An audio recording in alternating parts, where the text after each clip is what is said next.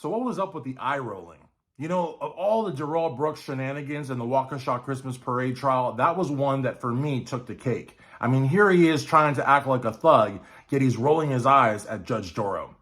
What's up, everyone? This is Christian Duke. Welcome back to the Everything Else channel on YouTube, everythingelsechannel.com, coming soon. At any point in this video, if you like it, please give it a thumbs up. Also, please leave a comment down below. And absolutely, please subscribe, because this way, whenever I put out videos, you won't miss a single one.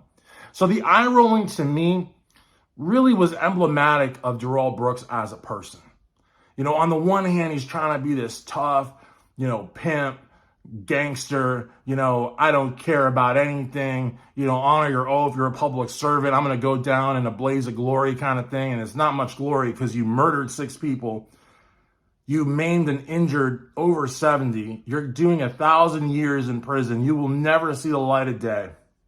But at the other side, you're trying to put on this persona because he knew all along that he was being watched and mocked, by the way.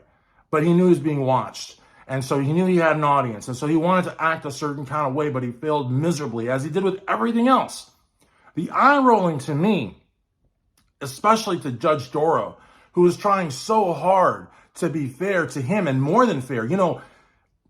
A lot of people out there actually are not happy with Judge Darrell because they feel that she was more than fair with Darrell than she was. And the reason she was more than fair was because she was trying to make sure that this guy was not going to be able to have any kind of viable appeal, meaning that she was not going to deny him anything. She was going to make sure that he had access to everything, that his rights were protected and then some, and that he even had some leniency. Some of his objections were asinine. I mean, he did not even know the difference between a direct question and a leading question. He had no idea about the rules of evidence. But even still, he was given a lot of deference. And I think that some people didn't really like that, but I don't think that they understood what the judge was trying to do. I also don't think that a lot of people understood what Sue Opper and the prosecution were trying to do by helping him with his witness list, helping him by getting the witnesses there, even though Darrell was combative, even though Darrell tried to sabotage the process, even though Darrell hurled insults at the prosecution, insults at the judge, insults at the bailiffs, insults at us all, but they did everything possible so that he could never say that he had an unfair trial. And that's why when he constantly said this is a rush to judgment, initially the judge was like, it's not a rush to judgment. And initially she would try to respond to that ridiculous statement because here this guy was getting helped by the people prosecuting him, by the lady judging him. Everybody was helping him, and yet he was saying it was a rush to judgment, how unfair it was, how, God can see this, I see through you, all this stuff. And then on top of that, when he didn't get his way, he would do things like roll his eyes, which, by the way, there's nothing tough about rolling your eyes. On the street, I don't know, if times have changed, I've never been in a gang, I've never rode with a gang, I've never aspired to be a thug or a pimp, but I would imagine, though, that there's some sort of street code where, I get it, you don't talk, you do your time, you know what I mean, you never cry. I get that, right, that persona, right? I don't think rolling your eyes is part of that, whole vibe, you know what I mean? I think that rolling your eyes relegates you to a much lesser standing position. So again, I don't understand it. There's so many things about Darrell Brooks that I don't understand. This is a man that honestly is not, he's not insane in the clinical sense, but he's a psychopath, a narcissist. He's somebody that, had he not done what he did in 2021, probably would have done something equally as bad or worse had he not been incarcerated. Again, and I know that sounds like very speculative because he had never done something like this before, but I think it was only, I think it was like a ticking time bomb. I think this was bound to happen. And it's scary because you can't say that, that the government, that the courts didn't have some red flags, that he got some sentences that were basically slaps on the wrist, when in reality, probably should have done some serious time. You know what I mean? And his mom bailing him out all the time. I mean, that's what moms do, I suppose, but at the same time, I think that Dawn really, I don't want to judge Dawn. You may want to leave a comment down below if Dawn could have done something differently. But I don't want to say that Dawn is an enabler, especially because of the just heinous crime that Darrell committed. But Um, it's one of those things where I feel like Darrell should have been incarcerated. I feel like Darrell should not have been out and about, and I feel like he did a lot of things leading up to this where he really didn't get any kind of justice, because it's an example that our system is fundamentally flawed, and we've got a lot of dangerous people that go in and out of the system and don't do, in Florida, for example, they have mandatory maximums and they have mandatory sentences, but a lot of states, it's a slap on the wrist. A lot of prosecutors, you'll pay a fine, you'll pick up some garbage on the side of the road and you're done.